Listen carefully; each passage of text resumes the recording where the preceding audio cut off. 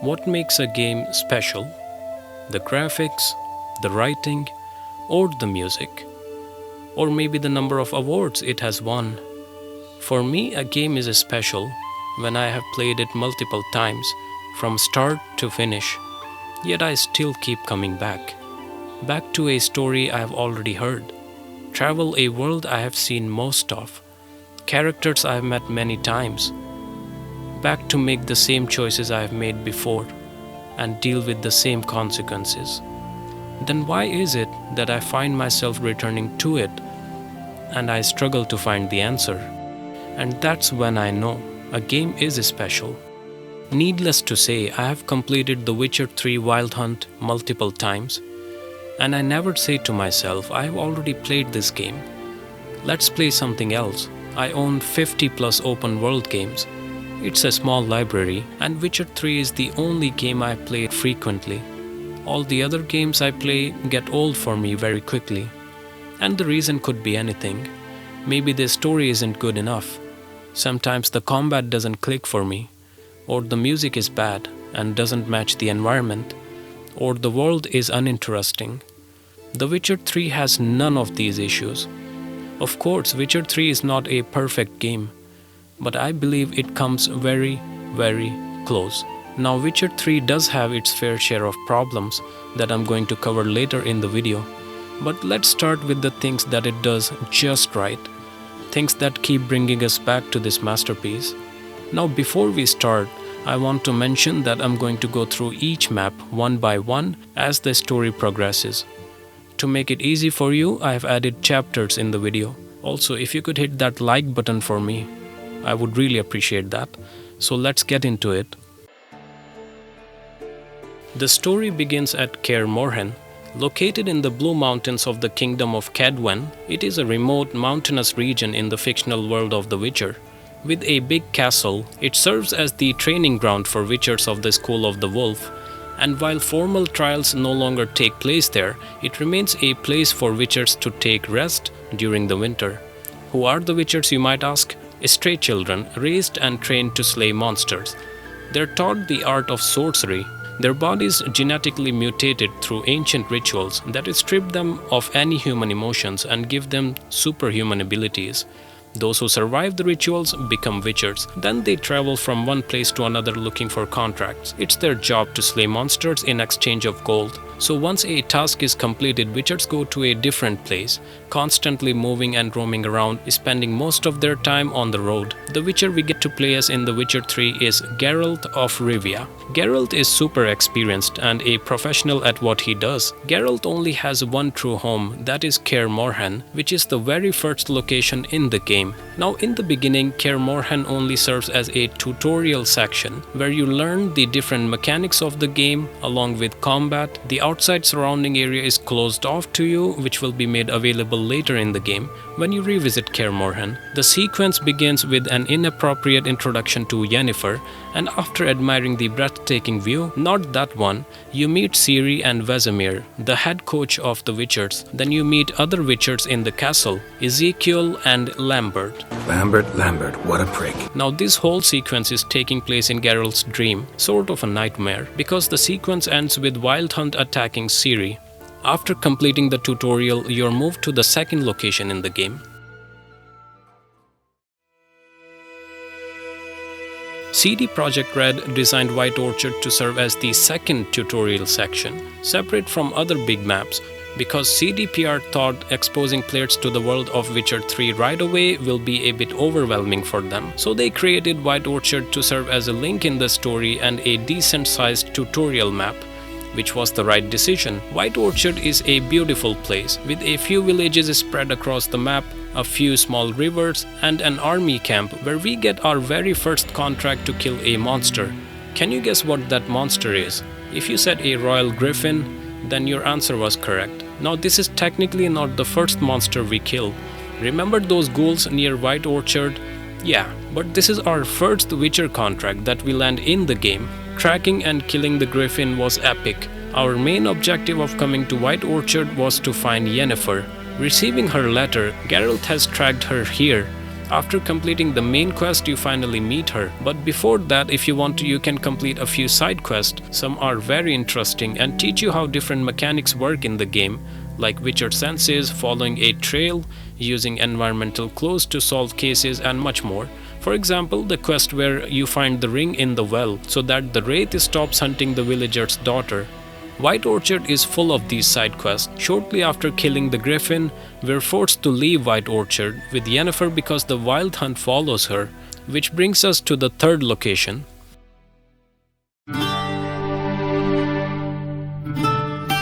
This is the smallest map in the entire game. CDPR just created the castle of His Highness Emir War Emires. This is where Geralt gets the most important contract of his life, finding the missing daughter of the Emperor, Ciri.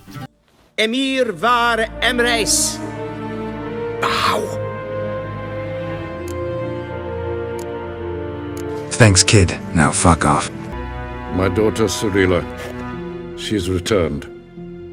And she's in danger. The wild hunt pursues her. You will find her and bring her to me. Fuck off. Bottom. Silence. I had forgotten how insolent you can be. Ciri, who is also like a daughter to Geralt and Yennefer, so Geralt obviously doesn't think twice and accepts the contract, and this is where the adventure begins. The contract is not easy, and this quite literally takes up 2/3 of the whole game. So after taking the contract, we can roam around and look at the beautiful castle, maybe play some Gwent, and then we're off to find Ciri. Velen is one of the biggest map in the game and also the creepiest. It has earned the nickname No Man's Land. There are more monsters than humans living in this region.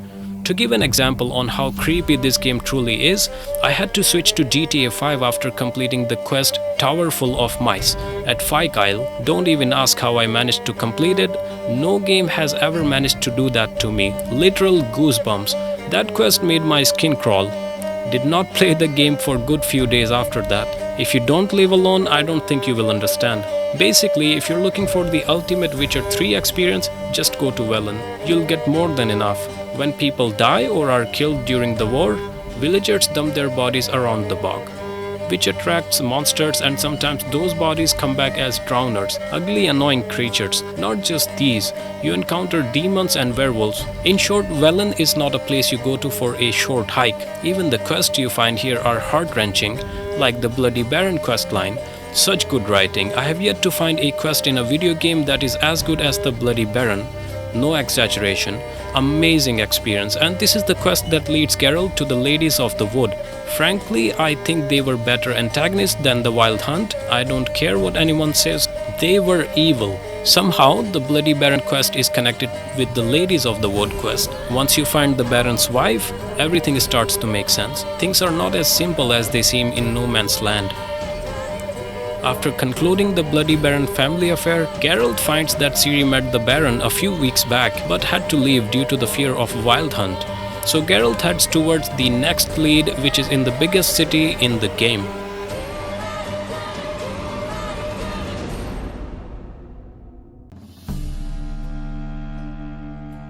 Novigrad feels like a warm hug after going through Velen. It is a place you go to because the outside map is just too creepy and unforgiving. Novigrad is actually on the same map as Velen, but I wanted to address them both separately because they deserve it.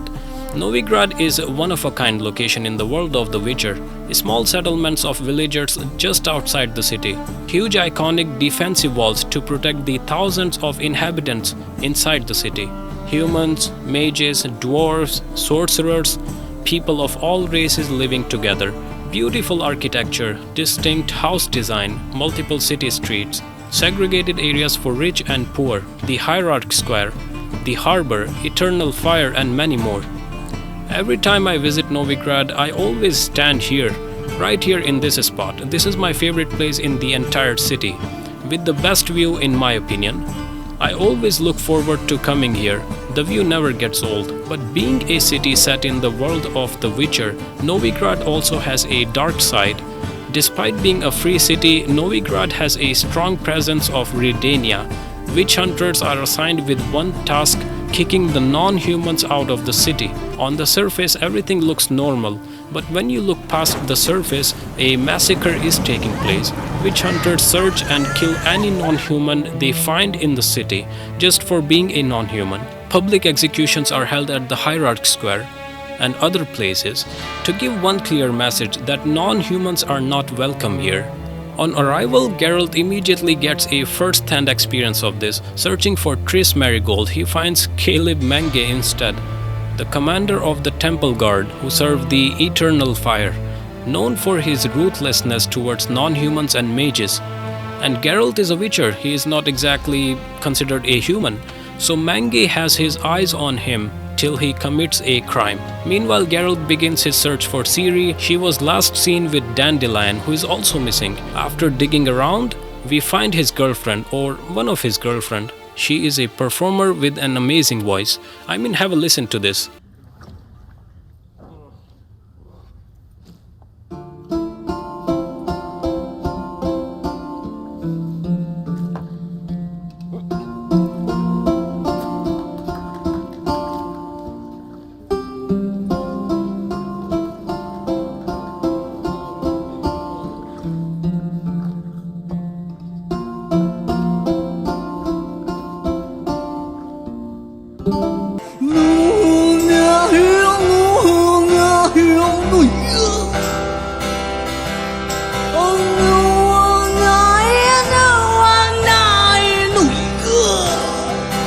Angelic voice, right?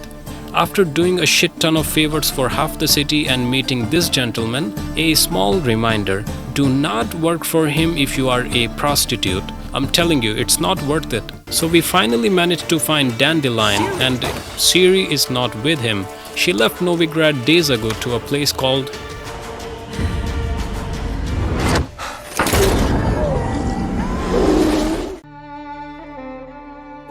Have you ever seen a place so beautiful that you wish it was real? Skellige gives me that feeling. Beautiful mountain range, colorful vegetation, and breathtaking scenery. Skellige is the definition of love at first sight, though it has its fair share of monsters, but the view makes me forget they even exist. Then you meet Yennefer and wonder why I didn't come here earlier. This place has everything I need. You smell wonderful. Geralt, we're at a funeral. You smell wonderful at this funeral. Then you do a bunch of missions together. Yes, missions.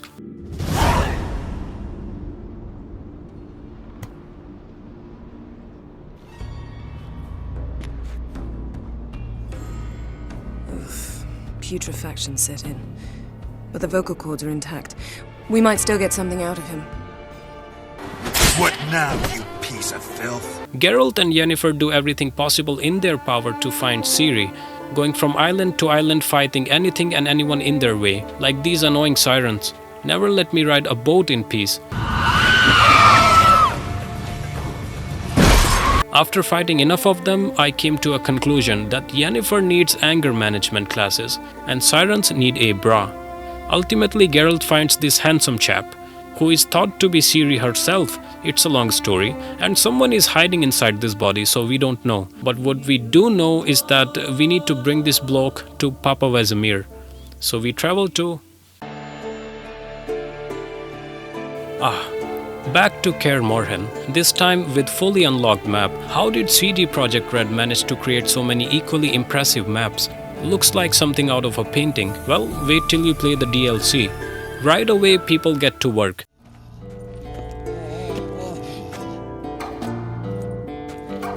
See, everyone's up and at 'em.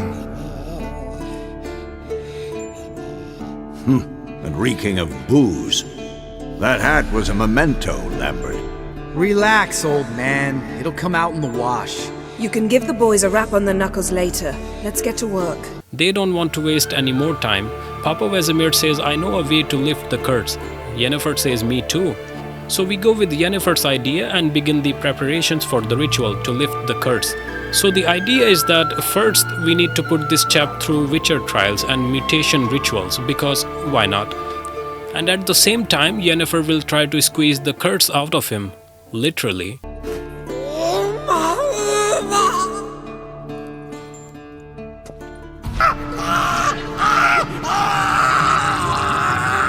So we give it a try. What now? Now we wait for the potions to do their work. Might take a day, might take more. Knowing well, it could be Ciri trapped inside the body, and she could very well die. And if you didn't know, these mutation rituals have a 3 to 10 survival ratio. Out of every 3 blocks, only 10 survive. So we go ahead with it because we don't have any other choice. And to everyone's surprise, the mission is a success. Yay! But instead of Ciri, we get her friend, the elf. But he's not completely useless though. Before turning into Uma, he hid Ciri on an island. Geralt vows to bring her back alive to Kaer Morhen and bring some folks along to fight the Wild Hunt. Where is Ciri?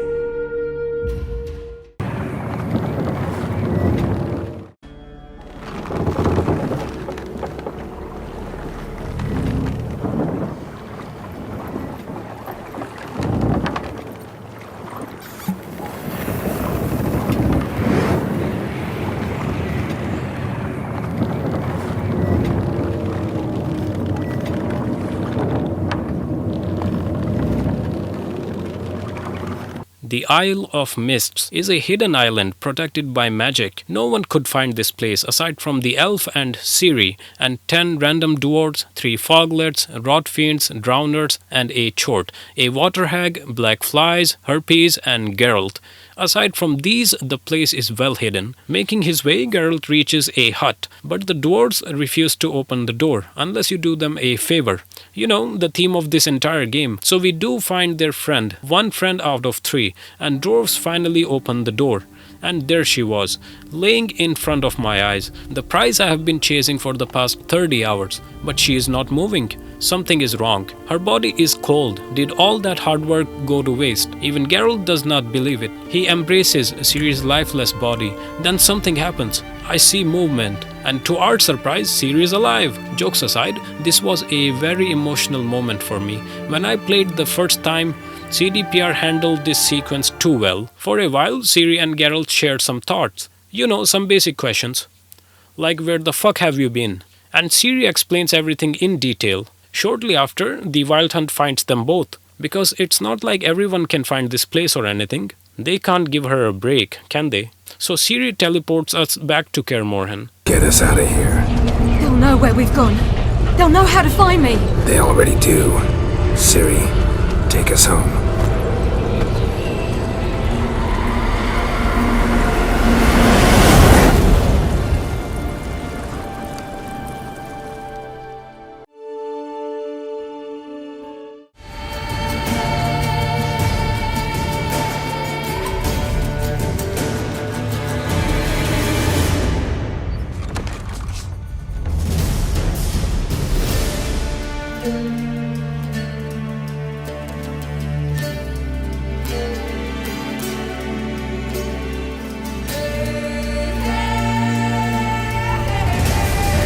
Ciri is safe and sound, but it is not the time to celebrate. Wild Hunt will soon attack because they want Ciri and her special powers. Geralt and team makes a plan to hold their ground and fight Wild Hunt with the home turf advantage. So the battle goes something like this.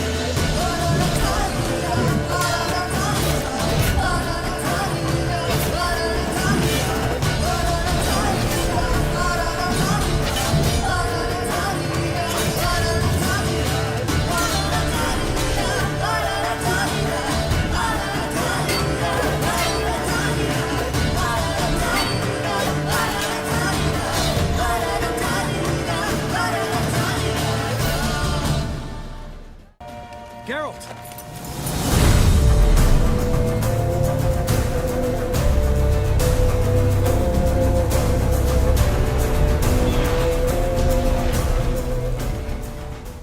Run, you stupid piece of shit! As you can see, things don't go according to the plan, but Ciri manages to scare them off.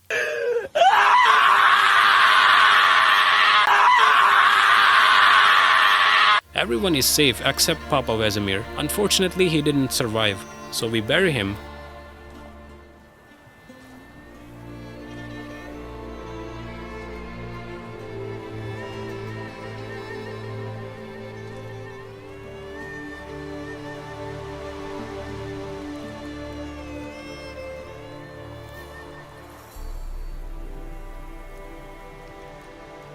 Good riddance.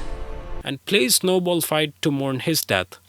The Skellige druids have used it for centuries. It always works. Hey! How you like that, bitch?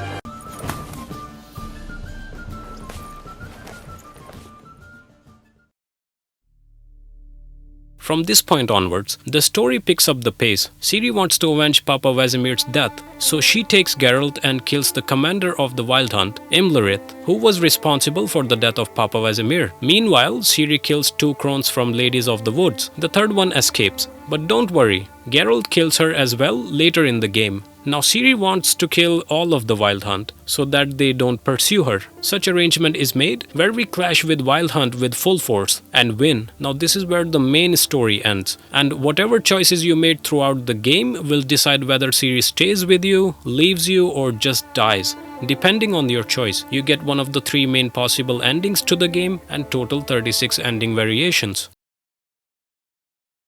Combat in Witcher 3 is not too complicated, it's actually very basic. You get 5 signs: Igni, Fire Attack, Yarden, Magical Trap, Axii, Jedi Mind Control, Ard, a Powerful Blast, and Quen, a Protective Shield. Remember, Quen is your best friend. When in doubt, spam Quen. Then you have sword combat with parry, counter, light attack, and heavy attack. Witchers carry 2 swords. Silver sword for monsters, steel sword for humans and others. Combat with humans is completely different than with monsters, so don't fight both the same way. And don't worry, when Geralt enters combat, he draws the right sword depending on the enemy type. Fight carefully. Don't try to parry monsters. Must dodge out of the way, or you're gonna get killed. There are other helpful elements like mutagen, potions, concoctions, bombs that you can craft, blade oils. You can craft armors and swords from metals you find in the world. Either find the recipe or you can just visit a blacksmith with all the needed materials. The RPG systems are very well implemented and balanced, including the leveling system. Everything works perfectly fine together.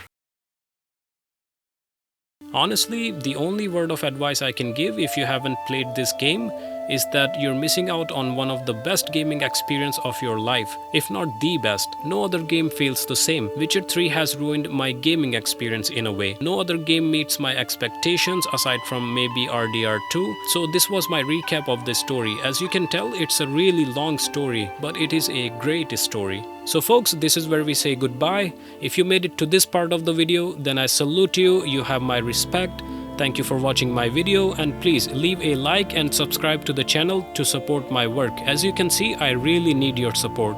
Again, thank you for watching and farewell. Damn, you're ugly. Damn, you're ugly. Damn, you're ugly. Damn, you're ugly. Damn, you're ugly. Damn, you're ugly. Damn, you're ugly. Damn, you're ugly.